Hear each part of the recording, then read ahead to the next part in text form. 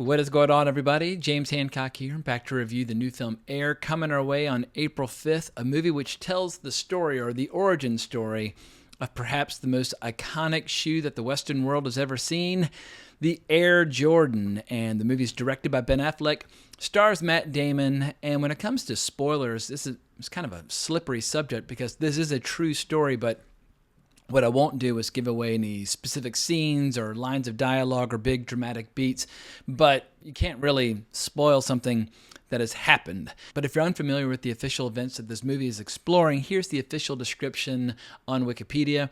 Air is a 2023 American biographical sports drama film directed by Ben Affleck and written by Alex Convery. Alex Convery's script is definitely the big selling point. But the film stars Matt Damon, Affleck, Jason Bateman, Marlon Wayans, Chris Messina, Chris Tucker, and Viola Davis. It is based on true events about the origin of Air Jordan, a basketball shoe line, in which a Nike Incorporated employee seeks to strike a business deal with rookie player Michael Jordan. Air had its world premiere at South by Southwest and is scheduled to be released in the United States on April 5th by Amazon Studios, making it the first film Amazon has released in theaters without simultaneously premiering on Prime Video since late night. We're definitely seeing a lot of the streamers pivoting toward a new strategy where they recognize that a little period of exclusivity in theaters can generate decent box office, especially when you have a movie that's pretty dang good. And I don't want to oversell it because there's definitely a genre of film out there or a category of film where you have these movies that explore kind of unconventional mavericks who are iconoclasts within their own industry, kind of take the system head on and come up with a new idea or a new innovation or a new way of doing things.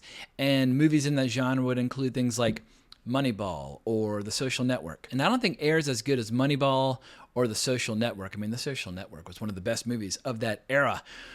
But I feel like this is one of those movies that I would have loved to have watched when I was studying marketing in business school. It's a great movie about building a brand, building an icon, coming up with a new idea, bucking conventional wisdom, thinking outside the box, all the cliches that people tend to use when describing a great idea in hindsight, as the old expression goes. Hindsight is 20/20. Everybody's brilliant when they're looking in the rearview mirror.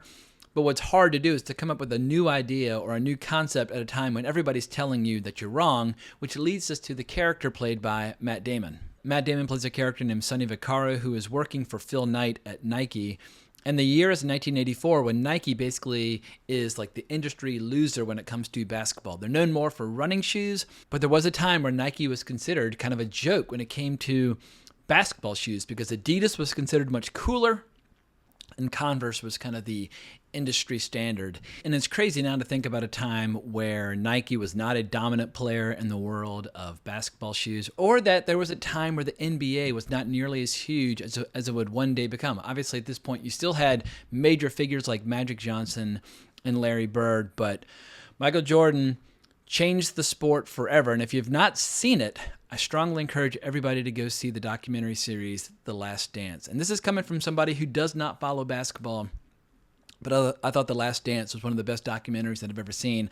I watched it twice, and if somebody who doesn't like basketball can watch The Last Dance twice and be riveted, that is a testament to how powerful that documentary is. And it does a great job of just capturing the entire Michael Jordan phenomenon in the 80s and 90s and how he truly became an icon, a transcendent figure, and easily one of the most important celebrities of my childhood. I mean, I actually had the privilege of meeting him back in 1986 when he was participating in this golf tournament called the Crosby Tournament in North Carolina. I was living in Greensboro, North Carolina at the time.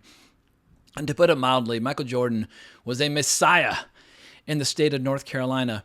Carolina basketball is very important to my family. I did not go to Carolina, but I've had 6 siblings go to Carolina, and Tar Heel basketball is my family's first and only religion, and Michael Jordan is Jesus Christ. So it's strange that I never really got bitten by the bug when it comes to basketball, but I was always the nerd that liked comic books and D&D and Nintendo and that sort of thing. In any case, long story short, I did have a pair of Air Jordans back in the day. The appeal and the style and the fad was not lost on me. Like, to put it in perspective, I was a big skate rat. I was a terrible skater, but I was into like skater culture. But the Bones Brigade, even in the movie The Search for Animal Chin, some of them were wearing Air Jordans in that giant set piece at the end of the film. Michael Jordan was a transcendent figure And this movie does a brilliant job of showing how Michael Jordan lifted up Nike. Michael Jordan lifted up the NBA, and how the goal with the creation and the design of the shoe was not to make Michael Jordan a part of Nike, but was to allow the entire world, all of his fans, basically anybody alive at that time, to enjoy a little piece of the magic, a little piece of the experience of being Michael Jordan. And how the shoes became incredibly stylish, but also very aspirational, and leading to some of the best branding and marketing imaginable throughout the 80s and 90s. And apparently the shoes still generate about $400 million a year in passive income for Michael Jordan. People still love their Air Jordans. But getting back to the movie itself and what level of entertainment value it provides, I have to remember to keep my feelings about adult-oriented movies separate from the individual merits of the film. It's very easy to get overly excited about a movie when you want to see more kinds of movies like this. Because if, like me, if you want the movie theater to be a place where movies with adult themes or adult ideas that are not just selling you superhero spectacle, if you believe in the power of the adult-oriented movie, sometimes it's easy to get carried away with your enthusiasm for a particular movie because you just want to see more of what I deem to be a vanishing breed. But if I do separate my feelings about this space or this kind of movie from the individual film, I still think it functions really well as a standalone creative enterprise, in particular like the first two-thirds where Matt Damon's character is just encountering resistance on every front from Michael Jordan's agent, from Michael Jordan's family, from Phil Knight himself. It starts to feel like Matt Damon's character is the only person apart from Michael Jordan's mother and his father that can see what kind of transcendent figure he's going to become. And how the potential for basketball and how the potential for athletic leisure associated with basketball, like that potential is not even begun to be tapped or exploited to the degree that it will in the years to come. But I think a fair question would be, how does a movie like this compare to a show like Winning Time over on HBO, which takes place a couple years earlier, during the first year where Magic Johnson joins the Lakers? And Winning Time's going for a different flavor, because that's all about like the razzle-dazzle and the showbiz factor associated with the Lakers at that time. You know, movie stars, cocaine, hot dancers, etc. Like Winning Time has a lot of sin and vice, and it's a very thrilling, very exciting show.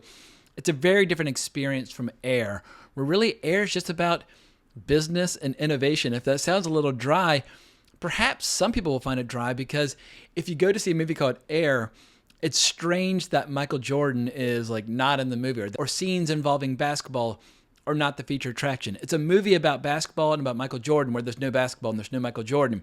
That's a strange pitch. But in spite of his absence, Michael Jordan did meet with Ben Affleck and gave the film his blessing. And the casting of Viola Davis was his idea. And if Viola Davis goes home with a statue next year from this movie, it would not surprise me at all. She's absolutely fabulous in the film. And Michael Jordan also had a key creative idea of including the character of Howard White, vice president of Nike's Jordan brand, along with being a personal friend. And so they cast Chris Tucker in the role, and Chris Tucker is fucking hilarious in this. He's so energetic, he's so sharp, and I would like to see Chris Tucker doing more like mature dramas like this as opposed to outright comedies. I mean, if he and Jackie Chan ever wanted to do another Rush Hour movie, I would see it. Or if he wanted to do another Friday with Ice Cube, I would see it. But Chris Tucker actually really shines in movies like this, or like Silver Linings Playbook, and I feel like he's underutilized as an actor. But the real feature attraction of this movie is the screenplay by Alex Convery, if I'm saying his last name correctly. And what's incredible is that this is his first screenplay. If you look him up on IMDb, he's a co-producer on this movie, but he has no other film credits of any kind. And I feel like for a debut screenwriting effort, holy shit, like he's pretty much knocked it out of the park. I've got one little quibble about the movie where I feel like toward the very end of the movie, all this kind of tension and suspense and dread and excitement and anticipation that's been building, suddenly it somehow just kind of dissipates into the air, and it just becomes a very heartwarming, uplifting movie, which might have been intentional, but suddenly I realized, like, wow, like instead of being glued to the screen, I'm just lying back and just kind of letting it wash over me. But that's a very minor quibble for what is otherwise a very well-written, very fast-paced, just very sharp, crackling, dialogue-driven movie. But a great screenplay is useless unless you have the cast that can bring it to life, and they pretty much nailed it when it came to the cast. There's not a shit performance in the bunch. I can't even think of anybody in the movie that was less than really good, but Matt Damon, he obviously is the feature attraction, does a damn good job, and you can tell he's just a freak for this subject and totally invested. And it's always great to see Matt Damon and Ben Affleck collaborating. I thought that the film The Last Duel got very unfairly ignored. I mean, that movie flopped hard, but it was great to see them on screen together. But these guys go back, to the 90s when they were the new kind of babyface darlings of Hollywood. But they've grown up together as both filmmakers and as performers. And obviously Ben Affleck has emerged as more of a good director than Matt Damon. But goddamn, Ben Affleck, he can continue to direct movies starring Matt Damon until they're very old men, and I will continue to show up. They do great work together. But Ben Affleck is Phil Knight. He's very solid. You can just tell there's a palpable sense of relief in his face to just be reading great lines of dialogue again instead of having to put on the suit or the spandex, whatever the case might be. It seems like Ben Affleck is much happier doing a small indie drama versus all that giant franchise filmmaking. But Jason Bateman as Rob Strasser, he's fantastic. And Chris Messina, he steals a lot of scenes as the agent David Falk. I had a brief shining moment early in my life where I was working at the William Morris Agency. And when you're dealing with agents, you will encounter a lot of adversarial, colorful characters, to put it mildly. And he just leans into it as just this foul-mouthed, aggressive asshole who likes to wage war on behalf of his clients. And if you are a rising star, that's exactly the kind of agent that you want. But I enjoyed seeing Marlon Wayans in this movie. He's got one really good moving scene that's absolutely fantastic. But it's Matthew Maher, or Marr, I'm not quite sure how he pronounces his last name, who really steals the show when he shows up as Peter Moore, the designer of the actual Air Jordan. I mean, at that time in the NBA, you had all these rules about like what the shoe had to look like and how much white color had to be on it, and like what was like an official shoe for the NBA. And this guy's a true design maverick and shoe freak, and he comes up with the original high top Air Jordan, and then would later on come up with what might be one of the most iconic images in all of sports marketing, that silhouette of Jordan flying through the air with the basketball in one hand. I mean, even for somebody who doesn't care about basketball, I am not immune to the aspirational qualities to an image like that.